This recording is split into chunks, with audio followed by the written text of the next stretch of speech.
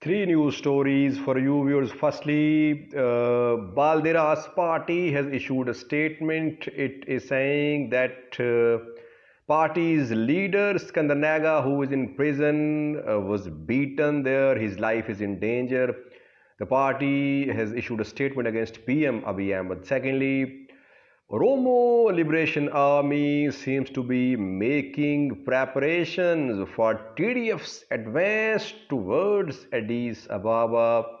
We have received a confirmation now that in the areas surrounding Addis Ababa, Oromo Liberation Army is making large-scale recruitments. Over the past few weeks, thousands of new fighters have been recruited in those places which are close to Addis Ababa. We'll talk about that. Thirdly, almost 10 days ago, more than 10 days ago, Ethiopian National Defense Force and Amhara forces started a major offensive supported by air strikes, air power against Tigray Defense Force in Amhara region. Is this new offensive working? We'll have an analytical and objective look at this new offensive. Firstly, viewers, Baldera's party has issued a statement. Head of this party is in prison. Skandar Naga is name of the leader. Since 2019, he has been in prison. The man has been in prison several times in the past as well. When TPLF was in power in EPRDF coalition, back then he was arrested several times. Then PM Abiy came and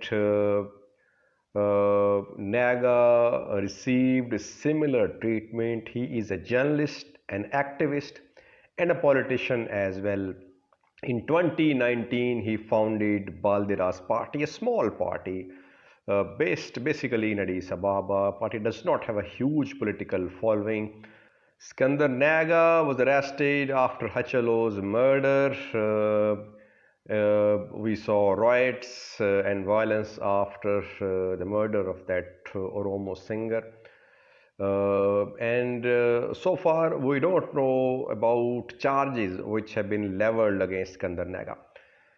Other opposition leaders were also arrested after Hachalo's murder. Viewers, Jawar Muhammad, Bakle Garba, main Oromo leaders who were challenging PM Abiy in 2019, they were also arrested. Hamza Burana, other Oromo leaders, they are also still in prison. And Jawar Muhammad, Bakle Garba, they are saying that they have no trust in Ethiopian judicial system. They have requested several times that their proceedings in the courts should be postponed because they say that no relief is expected in Ethiopian court. So opposition is definitely under a crackdown. PM Abiy has been launching a crackdown against those parties which have been opposing him.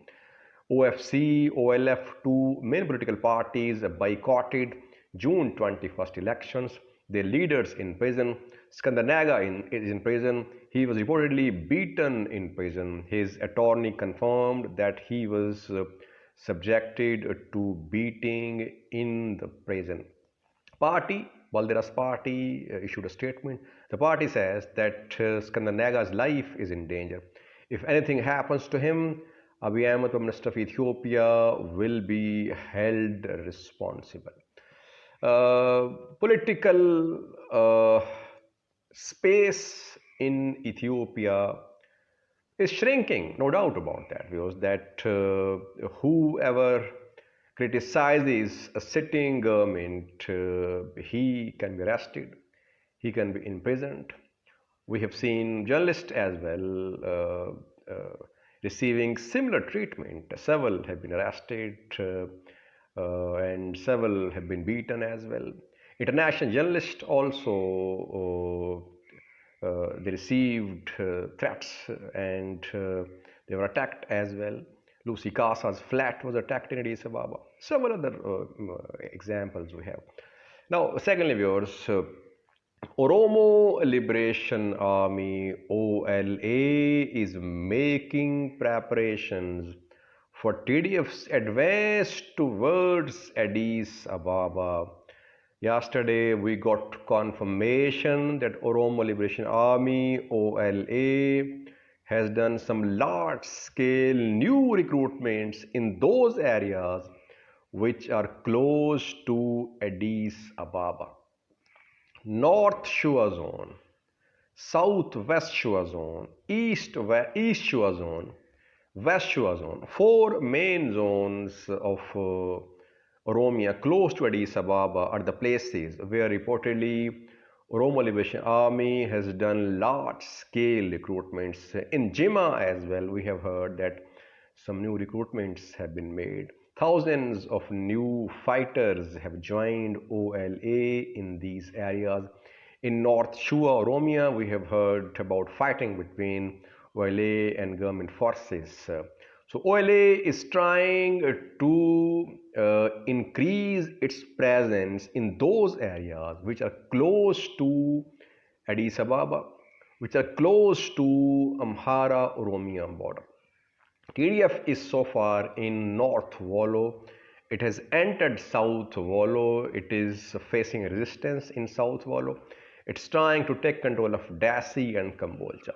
Once it goes past, if it did, once it goes past Dassi and Kambolcha, we could see hundreds, thousands of OLA fighters join a Tigray Defense Force on the ground. In a previous video, I told you about OLA training camps in Oromia Special Zone as well. We have received some reports that OLA has its supporters in Oromia Special Zone in North Shua Zone of Amhara region, and if TDF goes past Dassi and Kambolcha, we could see OLA join TDF, and it would lead to tremendous pressure upon Amhara region and Ethiopian federal government. Lastly, viewers, almost 10 days ago, more than 10 days ago, Ethiopian National Defense Force launched a major offensive supported by Amhara forces, and first airstrikes were conducted, then ground operation was launched. What has happened so far? Is this ground offensive working? The offensive was launched to dislodge TDF from Amhara region. It was launched on four major fronts: Waldia, Gashina, then Ibnat, Emdevark, Wog Himra zone, and we can say that Dassi also. The purpose of this offensive was to push TDF back into Tigray. Airstrikes were conducted in Amhara, then ground operation followed. So far, on Waldia front, TDF was close to Marsa, but it has managed to push back Amhara forces, ENDF, towards Dassi. Now TDF is challenging Dassi. TDF was in TDF was in Haragobi, to the east of Waldia. It has managed to reach Shifra, far away from Waldia. Shifra is now under Tigray Defense Force. So on these two fronts, Waldia, Dassi, new offensive launched by Ethiopian National Defense Force. In terms of territorial gains, it has failed. No doubt about that, viewers. Gashina, volatile situation. ENDF made some gains close to Gashina. So far, these gains could not translate into any significant battlefield advantage so far. Same as Ibnat and Emdevark. TDF was pushed back from Emdevark But what happened after that, we don't know, viewers. Did ENDF Amhara forces move towards Sikota? No confirmation that Sikota has been taken by ENDF and Amhara forces.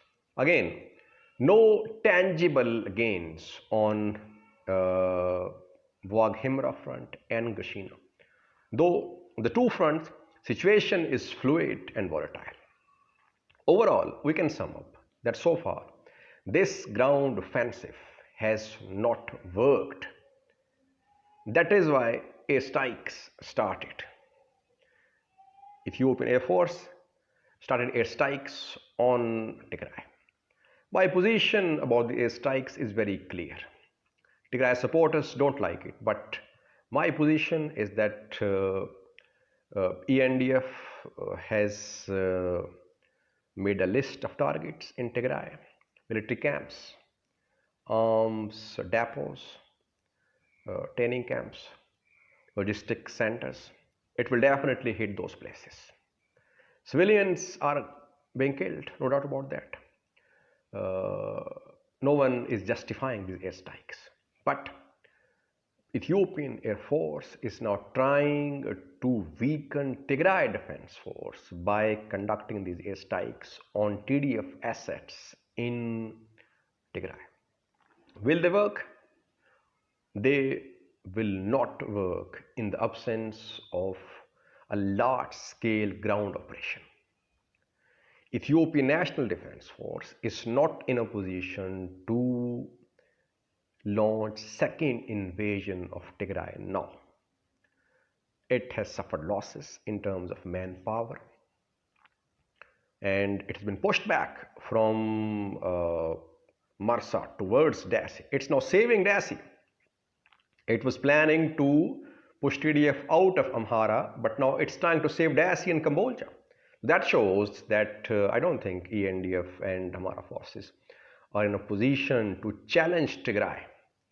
Overall, we can sum up that first phase of ENDF offensive did not work. Second phase, ENDF airstrikes on Tigray underway.